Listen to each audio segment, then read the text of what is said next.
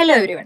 ഇന്നത്തെ വീഡിയോയിൽ നമുക്ക് ടാലി പ്രൈമിൽ എങ്ങനെയാണ് സെയിൽസ് ഓർഡറിന്റെ വൗച്ചറും അതിനുശേഷമുള്ള സെയിൽസും സെറ്റ് ചെയ്യാമെന്ന് നോക്കാം. അപ്പൊ ഞാനിവിടെ ടാലി പ്രൈം ഓപ്പൺ ചെയ്തിട്ടുണ്ട്. ആദ്യം നമുക്ക് ഇതിനകത്ത് ഒരു കമ്പനി ക്രിയേറ്റ് ചെയ്ത് കൊടുക്കാം. അതിനുവേണ്ടി നമുക്ക് മുകളിലുള്ള കമ്പനി ടാബിൽ ക്ലിക്ക് ചെയ്യാം. അതല്ലെങ്കിൽ ഓൾട്ട് കെ എന്നുള്ള ഷോർട്ട് കട്ട് കീ ഉപയോഗിക്കാം. അതിനകത്ത് ക്രിയേറ്റ് എന്നുള്ള ഓപ്ഷൻ സെലക്ട് ചെയ്യാം.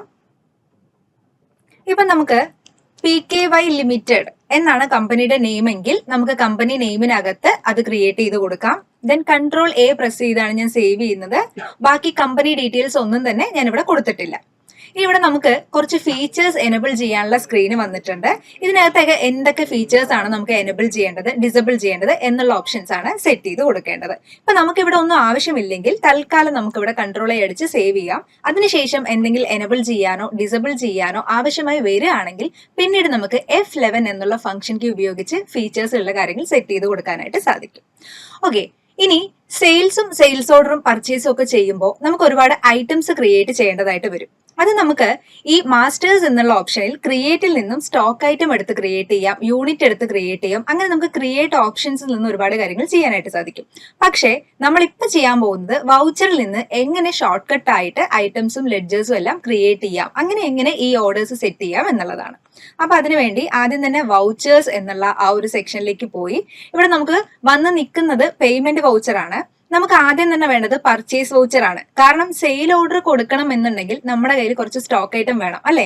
കമ്പനിയെ സംബന്ധിച്ചപ്പോൾ ആദ്യം തന്നെ കുറച്ച് ഐറ്റംസ് നമുക്ക് പർച്ചേസ് ചെയ്തിടാം. അതിനുവേണ്ടി F9 പർച്ചേസ് എന്നുള്ള ഫംഗ്ഷൻ കീ എടുക്കാം. അതല്ലെങ്കിൽ നമുക്ക് കേഴ്സർ യൂസ് ചെയ്ത് പർച്ചേസിൽ ക്ലിക്ക് ചെയ്ത് കഴിഞ്ഞാൽ വൗച്ചർ വരും. ഇവിടെ നമുക്ക് supplier invoice number, date, party account name ഇങ്ങനെയുള്ള ഒരുപാട് ഓപ്ഷൻസ് ഉണ്ട്. നമുക്കിതിൽ ആദ്യം പാർട്ടി അക്കൗണ്ട് നെയിമിന്റെ അവിടെ ഒരു സൺട്രി ക്രെഡിറ്ററിനെ ക്രിയേറ്റ് ചെയ്ത് കൊടുക്കാം.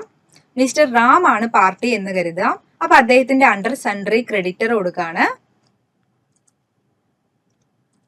ദെൻ ബാക്കിയുള്ള ഓപ്ഷൻസ് ഒന്നും സെറ്റ് ചെയ്യാതെ കൺട്രോൾ അടിച്ച് സേവ് ചെയ്യുന്നു.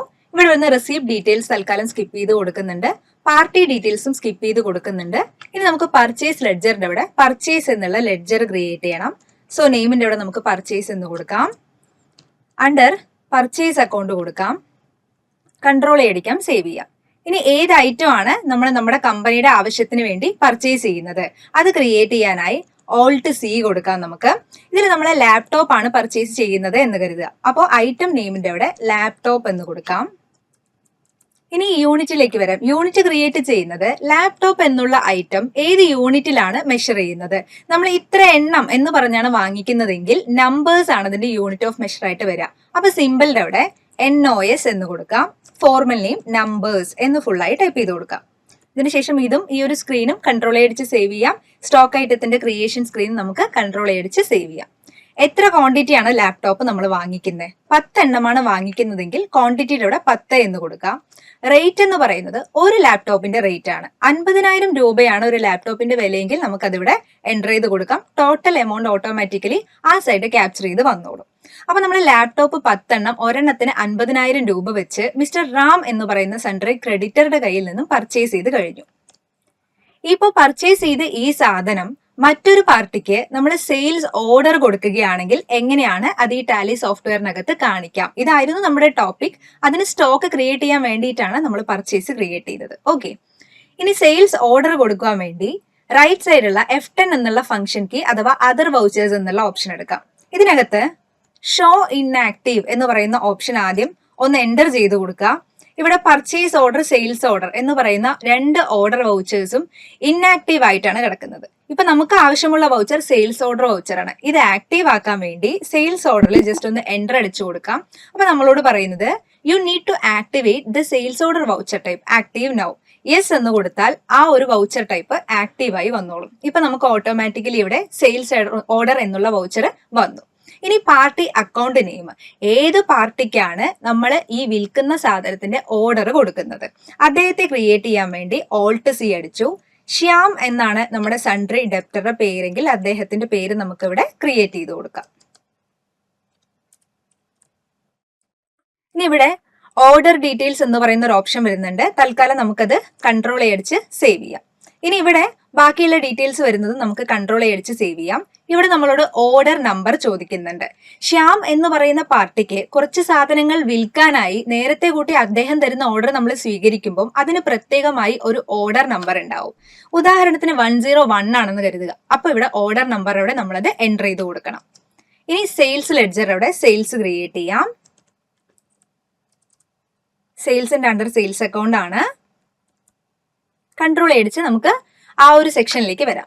ഇനി നെയിം ഓഫ് ഐറ്റം, ഏത് ഐറ്റം ആണ് ശ്യാം എന്ന് പറയുന്ന വ്യക്തിക്ക് സെയിൽസ് ഓർഡർ നമ്മൾ കൊടുക്കുന്നത്.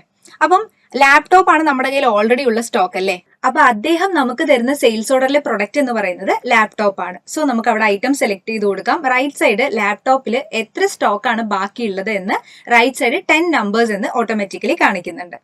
ഇവിടെ നമ്മൾ ലാപ്ടോപ്പ് എന്ന് ക്ലിക്ക് ചെയ്തു. ഇനി എൻ്റർ അടിച്ചതിന് ശേഷം എത്ര ക്വാണ്ടിറ്റി ആണ് സെയിൽസ് ഓർഡർ നമുക്ക് തരുന്നത്, 5 എണ്ണം ആണെന്ന് കരുതുക.